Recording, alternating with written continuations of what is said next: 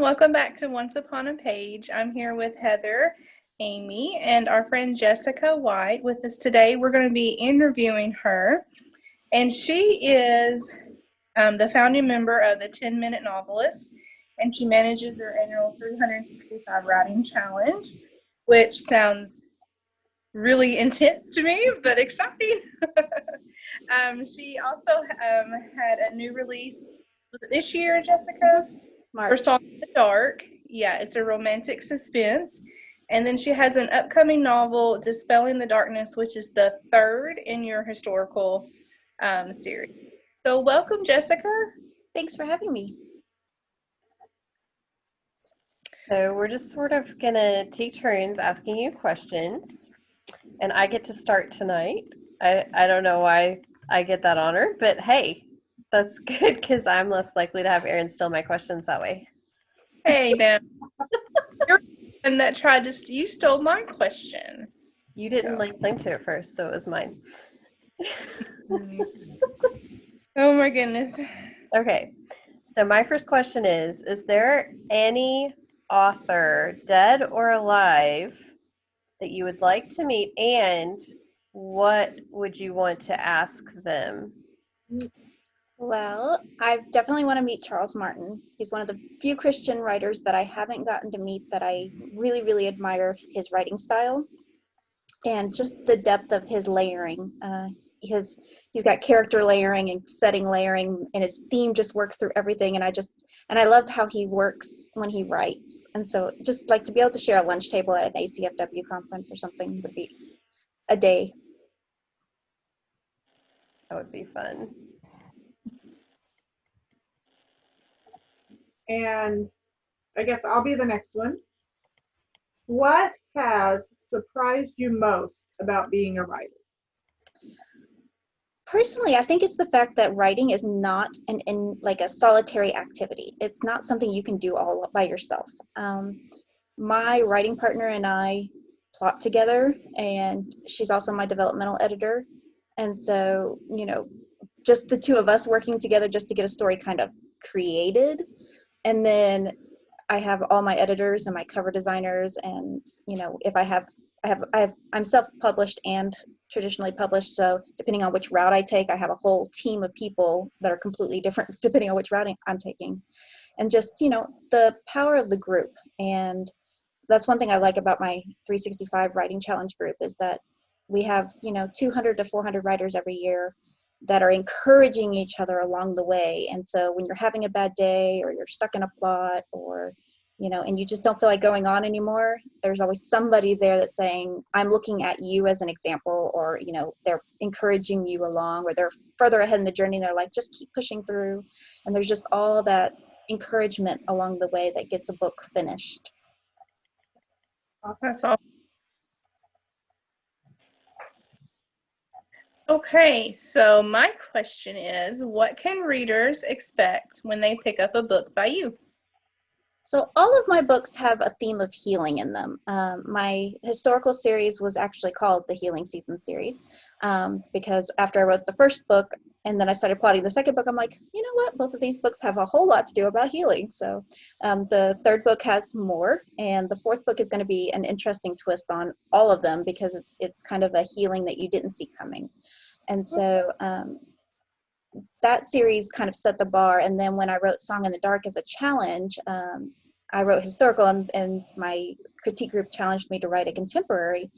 I fell in love with the Greek mythology, and I started with Hades and Persephone, and I realized that Persephone was struggling with self-harm. And then there was that whole healing for that, and dealing with her narcissistic mother, and the healing process of how do you set healthy boundaries, how do you seek out help, and those different things. And so almost in every story that I've plotted, I have probably about 13 others that I've idea plotted. They all have a theme of healing in them.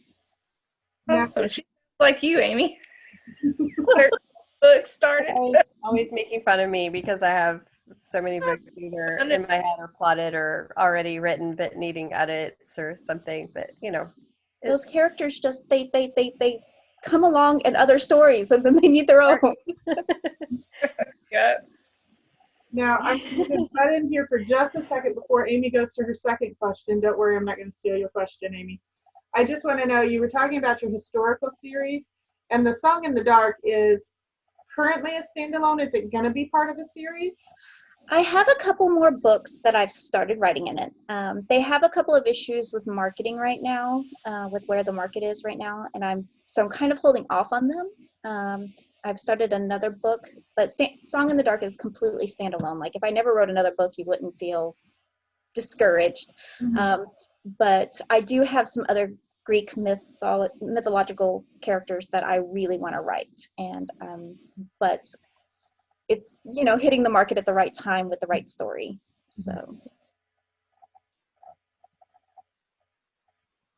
Okay. So my next question is there anything that you have to have to be able to write? my husband and I were talking about this because I use my computer like 24 hours a day. So it's like my all in all thing. But if I really had no computer, that would not keep me from writing. I can handwrite a story just as well. It's just no publisher is going to take a book that's been handwritten. So I still have to have a computer or a typewriter to put it all in for them. But so my computer's my major thing. But really, it's praying for my characters is one of my big things. I pray my characters through their struggles, because honestly, like God gives me these characters and I'm like, I don't know how you're gonna heal that person. Like I don't even know. So until I start writing and God takes me through that process, it's a lot of like my Hera and Zeus character are sitting at a lake right now and they're not talking to each other, and I'm like, see, Lord, this marriage is not reconcilable, you know. so so that's how I write. That's my process for writing, and I could not write my stories if I didn't have that prayer life for my characters. I've never heard it quite put that way. That's a really unique way of, I mean, because I think we want to put the message that God has. We want to put the message that will speak to the hearts of the people he wants it to speak to. And so we want to be careful of, okay, which direction does this go? Which, how does this shape up and things like that. But to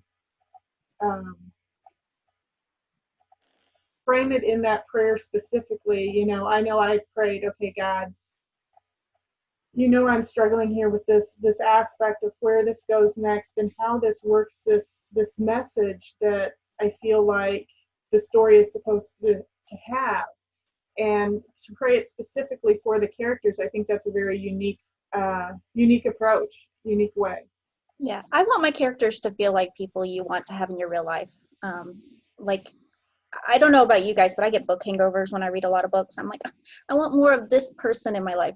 So I want somebody to be able to take characters out of my book and say, I want to be like them, or those are people I would want to know, or the type of people I want to know. And my contemporary books are very much based on real people and real scenarios that I've encountered. So they are kind of based on certain aspects or certain pieces of stories and that they've lived through. And while my characters are maybe in a different situation, and so I obviously have to pray them through that situation, I still kind of have an idea of like where the heart is going to go in my story. And it's just like, Lord, I know you're going to get them there, but I don't know how, like, it's like painting yourself into a corner, it's like, I don't know how I'm going to get back out of this painted corner here, but Yes. that's his job, not mine. Okay, and my second question, and you touched on it a little bit in your answer to my first question, but I'm gonna dig a little deeper here. I originally do you have a support group of other authors on your journey? And if so, how has that impacted you? And you were touching on that, talking about professionally, like your editors and the people you plot with and things like that, on a personal level. So I started with 10-minute novelists. Like when I was just trying to write a novel for fun, I came across 10-minute novelists. And within a year, I was an admin there. So my admin group there is kind of my core, like, moral support. They're not Christian oriented. It's an international group, but they're the people that have been with me on my journey the longest. And then out of 10-minute novelists, I found ACFW, which is American Christian Fiction Writers, for those who don't know. They have a local chapter group in Dallas that I was a part of. And from that group, I've made tons of friends and tons of connections, and I've gone to conferences with them. But Lena Nelson Dooley took me under for her critique group. So I've made, I spent almost 2 years in her critique group before we moved. And so from her critique group, my craft has grown immensely. And that's where I met my writing partner. And she's not published yet, but her books are better than mine. So it's just a matter of time and her putting the end on a manuscript.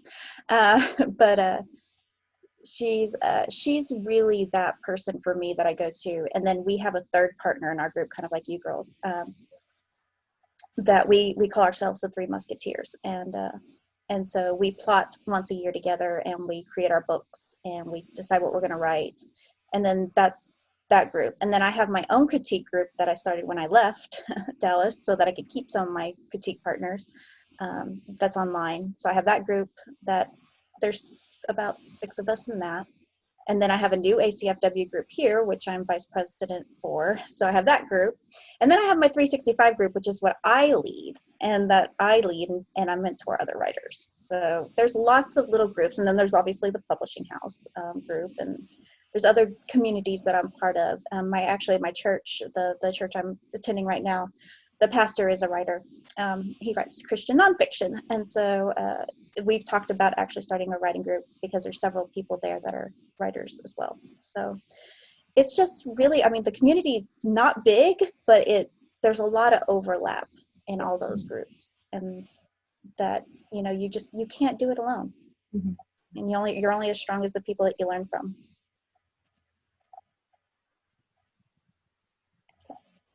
Is it my turn, or Heather, did you have more? Yep. Nope. Okay. it's fine. Okay. Is there a verse you use for encouragement or inspiration in your writing? I don't have a single verse, but every book has a verse. It really just depends on the story. So like Song in the Dark was, hold on, it's not going to open to that page, of course, is For He Called You Out of the Darkness into His Wonderful Light, which is 1 Peter 2:9. And then Bound by Brokenness was, let's see, get that little dedication page. It just heals. He heals the broken in heart and binds up their wounds, which is Psalm 147:3. And then Surviving the Stillness was Be angry and do not sin. Meditate within your heart on your bed and be still. And that's Psalm 4:4. So every book ends up having, like, within the first 2 or 3 chapters, there's something that kind of comes through. So Dispelling the Darkness is I can't think of it off the top of my head, but it's the one about there's light in the dark, and that's how that got that title. All my book titles are almost all based on whatever the verse is, actually, and I almost always have my book title before I finish the first couple of chapters, which is unusual. Like, a lot of authors struggle with their titles, but that's my favorite part of writing a book, is titling it. Okay, awesome. Thanks. And that was our last question, correct? We've stood our cue. Okay. So we do want to thank you for taking some time to be with us, Jessica, and viewers. Be sure to check out her book, Song in the Dark, and her other books. Now, I don't know the titles of those. Can you remind us? Surviving the Stillness is the first in the series, and Bound by Brokenness is the second in the series. And then Dispelling the Darkness will be the third, and they'll be out early next year. And those are the historical. Yes. And Song in the Dark is the contemporary. Romantic suspense contemporary. Mm-hmm. Okay. So be sure and check those out. And we do want to thank you for being with us today, Jessica, and letting us interview you and pick your brain about different things about your writing journey. Well, and thanks for having me. It's been fun, and maybe one day we'll get to interview you in person and not have all the technology fun that we've experienced tonight. And So viewers, be sure to click subscribe, like, share our videos with people, and try out these authors that we're interviewing, because they really do have a heart to create stories that are meaningful to you, that will stay with you, and like Jessica said, will make you feel like you've spent time with a new friend. And so we'll see you next time. Bye. Bye. Bye.